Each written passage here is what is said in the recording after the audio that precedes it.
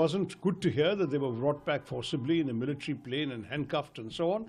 That was quite unnecessary. It should have been enough to either put them on a commercial aircraft or a civilian plane and send them back. You can, if you want to do a mass deportation, do civilian charters. That would have been the more humane thing to do.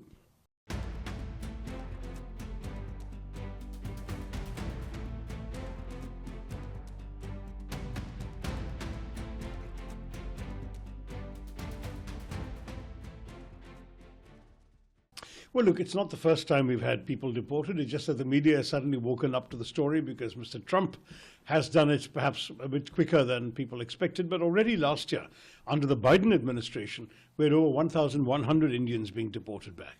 If you're illegally in the US has a right to deport you. And if your identity as an Indian is confirmed, then India has an obligation to accept you. So in both cases, there really isn't very much debate.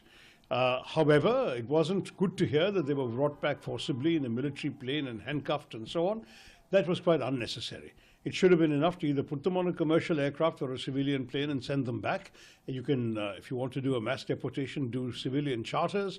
That would have been the more humane thing to do. They may, strictly speaking, have broken your laws by coming into your country, but by and large, they have no bad intentions. They're not criminals. They're not convicted of anything else. They're there to make a better life for themselves, which they have done by violating your laws, so you can send them out, no problem. But handcuffing them and putting them in a military aircraft and sending them in this way, I think India should say that this is not entirely advisable. Parliamentary Standing Committee on External Affairs, you are heading that, and is there a response from MEA to the panel that they are working on a law for safe immigration? Your thoughts regarding that, and is that true? First of all, what goes on in the committee is not supposed to be discussed publicly, but I should say that the question of an immigration bill has been public knowledge for several years.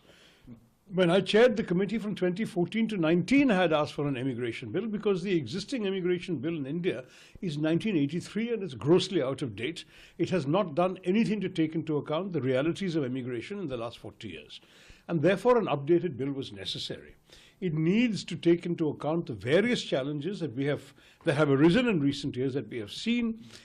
Deportations of illegal migrants is only one part of it, but safe and orderly and legal migration, migration of guest workers with a right to come back, migration of people for permanent settlement, migration of those going, for example, to countries like the Gulf where they're taken in bulk by contract laborers.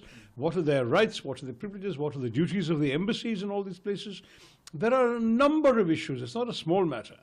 And the government has been promising us a bill since 2015 or 16, when Sushma ji had written to me confirming that they were working on a bill.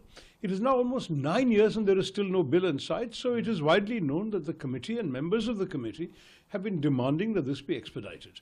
They have promised that within a fairly short period of time there will be a bill that will be presented for public consultations after interministerial consultation.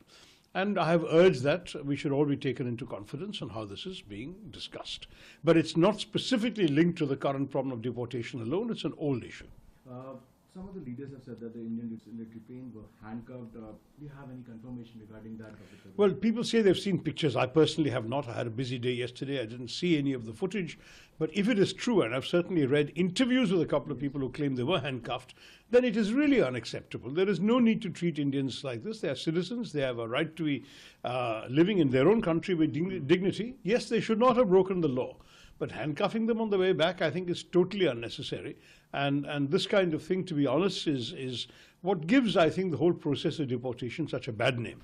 Some Latin American countries are made it very clear they will not accept military aircraft or they will not accept handcuffing. And India should, I think, take a similar stand.